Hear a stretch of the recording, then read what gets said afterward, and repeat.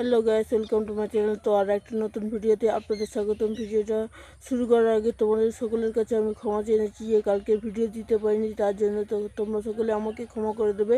তো চলো বেশি কথা না বাড়িয়ে আগে মেন ভিডিওতে যাওয়া যাক। মেন ভিডিওটা হলো যে মন্দিরে মাংস খেয়ে কী বললো রাজুদা।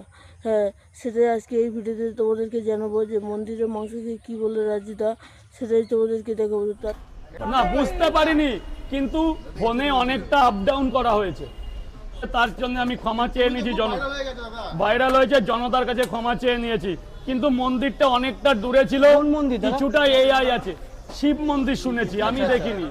ভাইরাল হওয়ার রাজুদা কি বললো তোমরা তো শুনেছো নিশ্চয়ই। তো রাজুদা এটাই বললো যে আমি দেখিনি, আর আমি তো বুঝতে পারিনি যে ওটা মন্দির ছিল। কিন্তু আমার মন্দিরে খেয়েছি না কি না খেয়েছি সেটা আমি জানি না, কিন্তু তোমরা যেহেতু বলছো তার জন্য আমি খুবই সবার কাছে ক্ষমা প্রার্থী। ক্ষমা চেয়েছে রাজুদা। তারপরেও তোমরা যদি এরকম কথাবার্তাগুলো বলো, এটা কিন্তু ঠিক নয়, ঠিক আছে? তো যাই হোক, বেশি কথা না বাড়িয়ে একটাই কথা বলতে হবে যে রাজুদা ক্ষমা চেয়েছে, এটা খুবই ভালো লেগেছে আমার কাছে। যে এরকম ক্ষমা চাওয়ার মনোভাবটা আমার কাছে খুব ভালো লেগেছে। তো তোমাদের কাছে কেমন লেগেছে তোমরা অবশ্যই কমেন্ট করে বলবে। আর যে ভিডিওতে দেখাচ্ছিল যে রাজুদা মন্দিরে বসে মাংস খাচ্ছে, সেটা নাকি রাজুদা বললো যে এটা এআই দিয়ে বানানো ছিল, ঠিক আছে? আসলে উনি মন্দিরে নাকি খায়নি, তারপরেও ক্ষমা চেয়ে নিল। তো এটা ভালো। তো দেখা গেছে, আমার তো মনে হয় যে এটা সম্পূর্ণ এআই দিয়ে বানানো নয়।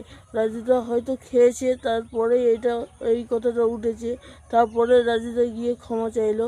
তো দেখা গেছে, আমি একটা জিনিস বুঝি না যে মন্দিরে বসে খাচ্ছে, মানে মাংস খাচ্ছে, এটা তো খুবই খারাপ জিনিস। কিন্তু গ্যাস দেখো, যে ভিডিও করছে সেটাও তারও দোষ আছে গ্যাস।